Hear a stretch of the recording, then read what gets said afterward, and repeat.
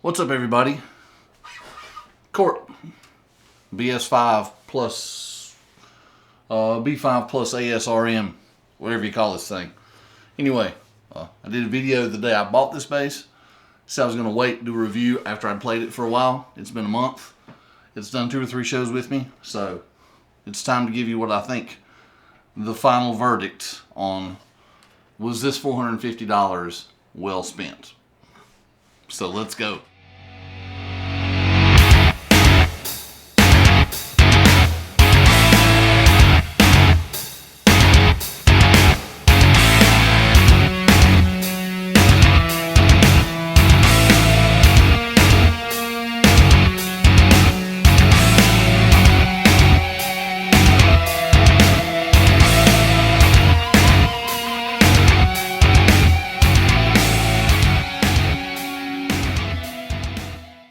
Welcome back to Steve Nanney Music. Like I said in the beginning, Cort B5 plus ASRM, the Artisan series bass that they've come out with. Very cost-friendly bass. Got this thing off of Reverb.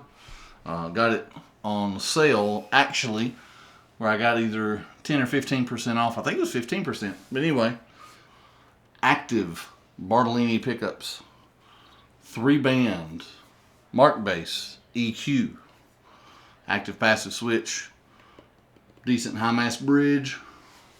It's got a roasted maple neck. Pretty. It's this cool natural wood finish color.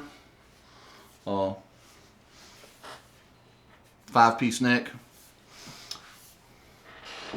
Hip shot tuners. I keep forgetting about stuff that this thing has. So, I paid $450 for this bass, approximately. My thoughts of, was it worth it? Absolutely. There's pros and cons to it, like anything. The pros, it's $450. It's active electronics. The finish, the fit and finish of everything on the bass, spot on. The knobs, great. The neck, sides of the neck, the fretwork feel really good. You know, the neck plays good, plays great. It stays in tune. It checks all the boxes for a bass that you would take out and gig. So I've done 3 shows with this bass, I think. And I can't say anything terrible about it. And these are just my honest experiences. No product, money changes hands. I just like the bass. I wanted to try it. I bought it. This is what I think. Just point blank honest. The first time I played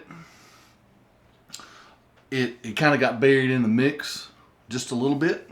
Tone wise, of course, I'm used to playing Fenders, particularly jazz basses, and they've kind of got that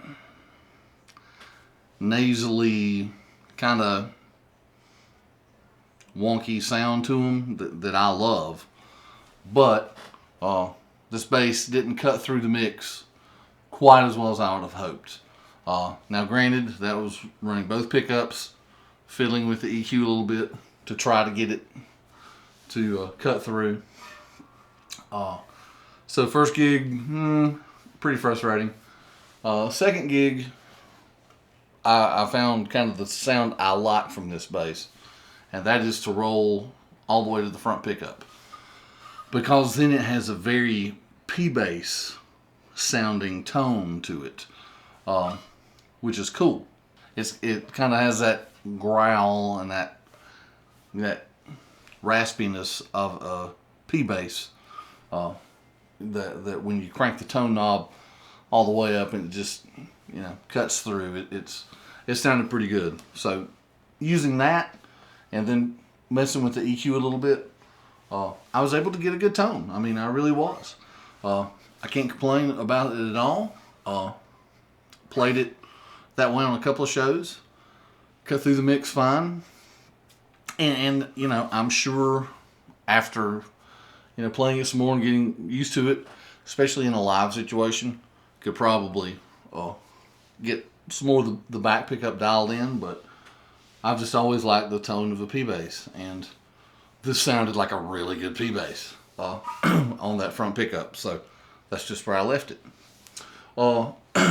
The string spacing is way different.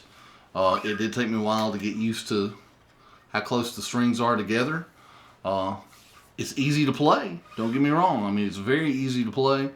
You know, your hands don't get tired. You're not all over the neck, and you know, it's not difficult to play at all. That's not what I'm getting at. It's just it took a while to get used to because the string spacing is narrow compared to like a Fender 5-string jazz bass.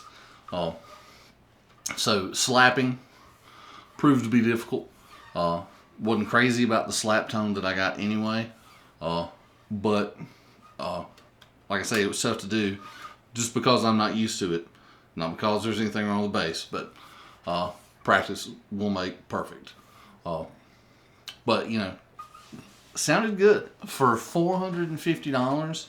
Or I mean, if you paid full price for the 5-string version, I think is $549 is what these retail for. You would be hard pressed to find a better built bass that is at that price point. They really, Cort did a really good job on these. You know, if you're used to Fender basses, this thing will sit very differently across your body. So, you know, it'll take you a little while to get used to, especially when you get up, if you're noodling in the high register. But we're bass players. We all know we make our living down here in these frets. But all in all, you know, at a $549 retail price, really a good bass. Plays well, stays in tune, sounds good. All the boxes that you need checked, this bass will check it. I recorded some sound bites on this bass, especially to demonstrate the different sound between the pickups. That's the main thing I wanted to get across. It's EQ'd flat. I didn't really mess with the EQ.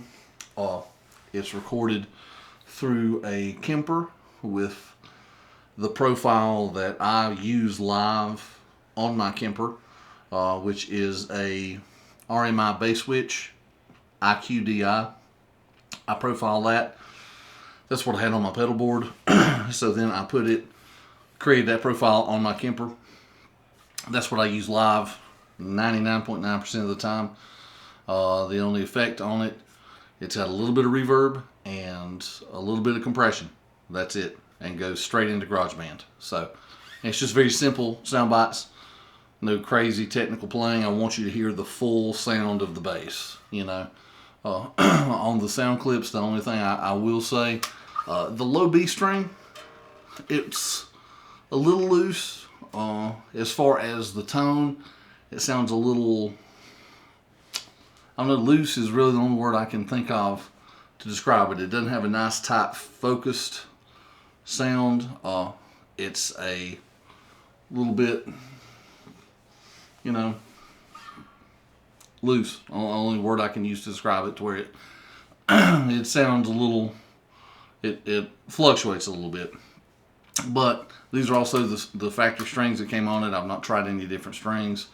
I've not done anything to set the bass up, anything. I just took it out of the box and started playing it.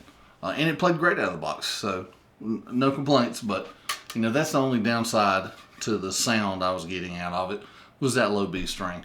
But it wasn't unlivable with. It's just I have basses that have a little more focused sound on the low B string. Like I say, for the price point, if you were on the fence with one of these basses, you're thinking about it, definitely I would I would say you should check one out. The only other bass that I would recommend, maybe in the same price point, would be one of the earlier Sire basses, and that just depends on what sound you want. If you want a traditional jazz bass sound, go with the Sire. If you want a more modern kind of sound and tone, this would probably be the way to go with the Barlini pickups. Anyway, I'll get to the sound clips. They're coming up. You can hear the differences. I've got it labeled to where it'll show you which pickups I'm using. You know, like I say, it's all EQ'd flat, all straight into GarageBand through my Kemper. Minimal effects on it. Hopefully this this review is useful. If you've looked at these basses, you know, I got to give them A+ fit and finish. Can't beat it. Sounds or plays great for the money. High quality, put together well. Zero concerns about, you know, any sort of failure or quality issues. Sound wise, you know, I'd give it a solid A-. You know, sounded really good once I found the tone that I liked. It just took me, you know, being a single coil pickup guy, took me a while to get used to the pickups. You know, and appearance, I love the way this thing looks. I get nothing but compliments, especially on the finish. You know, in my other video, you can see it a little better, but they look great. So here you go. Listen to some sound clips. Let me know what you think, and take care. Remember, this is the place for all things bass, and we'll see you next time. Be good to one another.